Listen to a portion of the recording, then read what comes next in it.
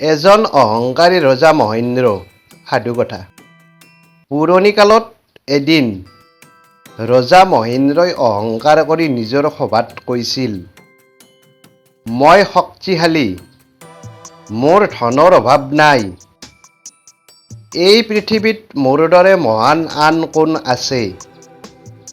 সেই সময়তে এজন বৃদ্ধ ঋষি ৰাজসভালৈ আহি নম্ৰভাৱে ক'লে, হে ৰজা, তুমি শক্তিশালী হ'ব পাৰা, কিন্তু তোমাৰ শক্তিও আনৰ ওপৰত নিৰ্ভৰশীল। ৰজাই হাঁহি মাৰি ক'লে, মোৰ ওপৰত কাৰ প্ৰভাৱ আছে? ঋষিয়ে ক'লে, এবছৰ বৰষুণ নোহোৱাকৈ থাকক, তাৰ পাছত বুজিবা। ঋষিৰ কথা শুনি ৰজাই গুৰুত্ব নিদিলে। কিন্তু কিছুদিনৰ পাছত আচৰিত ঘটনা ঘটিল। আকাশত মেঘ দেখা নোপোৱা হ'ল। বৰষুণ একেবাৰে বন্ধ হৈ গ'ল। প্ৰখৰ ৰ'দত মাটি ফাটি গ'ল। খৰাঙত মানুহে থাকিব নোৱাৰা অৱস্থা হ'ল।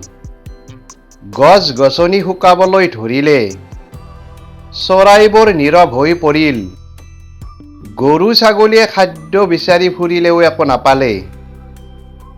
খেতিয়কে কান্দি ক'লে, বৰষুণ নহ'লে শস্য কেনেকৈ গজিব? এজন বৃদ্ধাই ক'লে, বৰষুণ কেৱল পানী নহয়, ই জীৱন। পৃথিৱীৰ সকলো জীৱৰ বাবেই পানীৰ প্ৰয়োজন আছে। কিছু সময় পাছত ৰজাই ভয় খাই ঋষিৰ ওচৰলৈ গৈ ক'লে, হে ঋষিবৰ, মই মোৰ ভুল বুজিলোঁ। বৰষুণৰ অনুগ্ৰহ নাথাকিলে জীৱ-জন্তু, গছ-গছনি, মানুহ আৰু খেতি কোনোৱেই বাচি নাথাকে। ঋষিয়ে ক'লে, এইটোৱেই শিক্ষা। ঈশ্বৰে সৃষ্টি কৰা বৰষুণে কোনো ভেদাভেদ নকৰে। তেওঁ ধনী-দুখীয়া, মানুহ, পশু, বন-জংগল সকলোকে সমানভাৱে পানী দিয়ে। যি পানী সকলোৰে জীৱনৰ আধাৰ, সেয়ে মানুহেও নিজকে ডাঙৰ বুলি অহংকাৰ কৰা উচিত নহয়। স্বাৰ্থ ত্যাগ কৰি আনৰ উপকাৰ কৰিব লাগে। ঠিক সেই সময়তে আকাশত ডাৱৰ জমা হ'ল।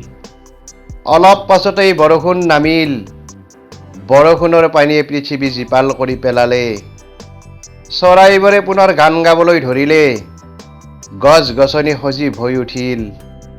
ৰজাই আকাশলৈ চাই হাতযোৰ কৰি ক'লে, হে বৰুণদেৱ, আপোনাৰ কৃপাৰ বাবেই এই পৃথিৱীত জীৱন আছে।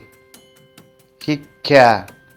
যিদৰে বৰষুণে কোনো প্ৰতিদান নোলোৱাকৈ পৃথিৱীৰ জীৱ-জন্তু, গছ-গছনি আৰু মানুহক উপকাৰ কৰে, তেনেদৰে আমিও নিস্বাৰ্থভাৱে আনৰ কল্যাণ কৰিব শিকিব লাগে।